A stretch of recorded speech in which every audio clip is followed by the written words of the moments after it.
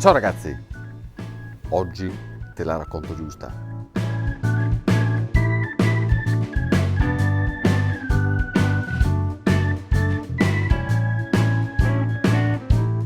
O meglio, te la racconta Nicola. E chi è Nicola? È un perito elettrotecnico 35enne con una grande passione per il cibo, al punto che il suo mestiere non sono gli impianti elettrici o di robomeccanica o cose di questo genere, no. Lui ha deciso di fare il ristoratore qui a Torri del Benaco. E perché te la racconta, te conto? Perché te conto è il titolo della rassegna gastronomica con una serie di serate a tema che partiranno tra poco, che lui si è inventato circa 5 anni fa per valorizzare i prodotti della sua terra di cui è profondamente innamorato. Ma questo è solo l'inizio. Il Te Conto è per noi una cosa, per me, una cosa bella, emozionante. È uno stimolo continuo di ricerca di storie da raccontare, proprio. Te conto, ti racconto. Quindi non si tratta solo di sapori, si tratta di storie e di emozioni. È tutto il connubio, è quello che la tavola poi ci regala, l'esperienza del piatto, l'esaltazione di sapori, la ricerca di ingredienti particolari che possano essere tipici, caratteristici, genuini, di filiera corta, di mani che li lavorano, che creano queste cose per portarli fino alla nostra cucina. È un progetto che parte dall'entusiasmo che c'è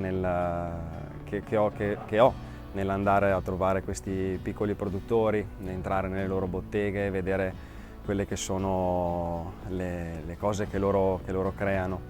Ingredienti e prodotti che sono tipici della zona del lago di Garda.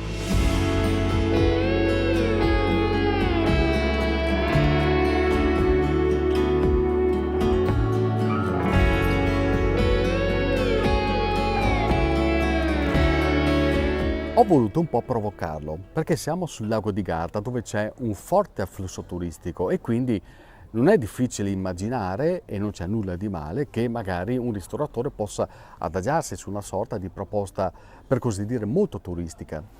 Lui invece ha deciso di andare oltre e ha investito nella ricerca di queste piccole particolarità da presentare a tavola sia tutti i giorni sia durante la rassegna Te Conto.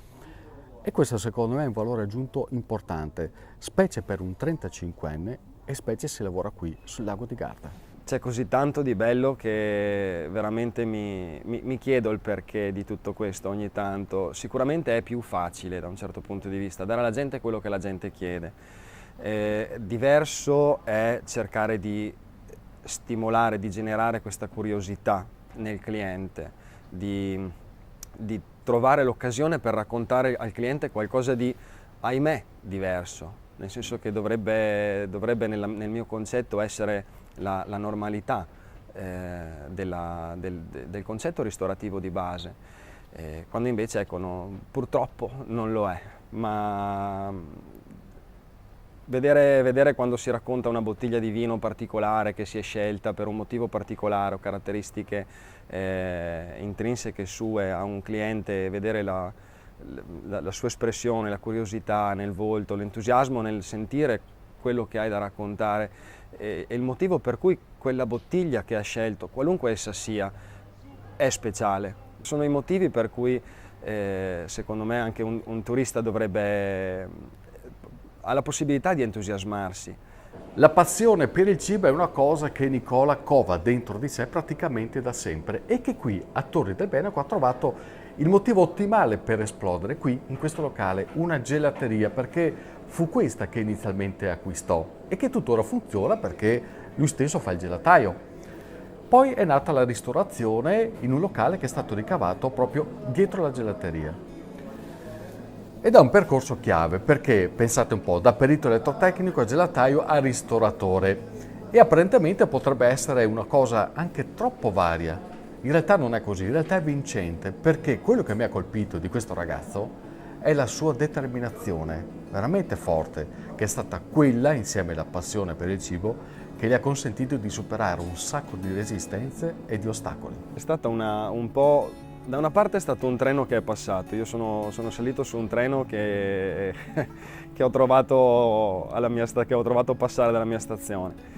È stata un'occasione che non volevo perdere, di entrare a far parte di un mondo che mi aveva sempre incuriosito, sempre entusiasmato, di cui avevo sempre fatto parte come extra, come quel lavoretto di ripiego nel mentre che inseguivo dei progetti differenti.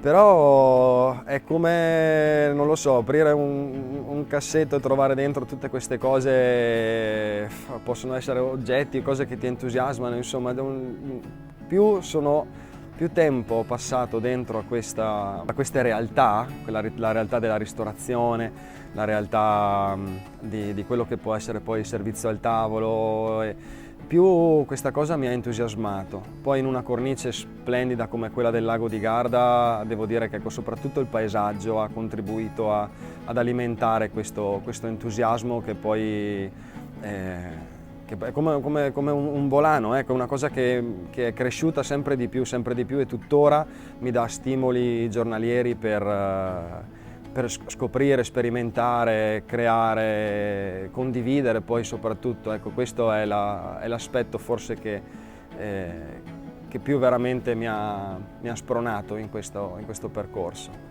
Ma torniamo al Teconto, che ha un sottotitolo veramente interessante: Festival della narrazione enogastronomica sostenibile. Ed è un sottotitolo che sottende per l'appunto l'evoluzione che Nicola ha voluto apportare a questa rassegna, non più legata soltanto ai prodotti della tradizione locale, ma ampliati anche geograficamente parlando. Si cambiano i confini, ma non la logica di partenza, che è la sostenibilità ambientale, un concetto sempre più presente anche in cucina. L'evoluzione del Teconto nasce da un concetto di base che è anche uno dei punti fondamentali nella nascita del concetto del Teconto, che è l'ecosostenibilità, la maggiore sostenibilità assolutamente della filiera corta, quindi del prodotto locale. Questa cosa però si può ampliare anche a sistemi più ampi nel momento in cui si inseriscono concetti come quello dell'economia circolare, quindi quello di riuscire da un prodotto nella sua interezza a poter creare tutta una serie di derivati differenti per non buttare, per non sprecare, e con tutte queste cose diverse che si possono ottenere dalla lavorazione del prodotto nella sua interezza, si possono creare un sacco di piatti, ma anche a livello domestico. Quindi l'evoluzione è anche la volontà di poter raccontare alle persone quanto anche l'economia domestica, se consapevole, può fare la differenza, sia a livello esterno che interno proprio alla vita quotidiana.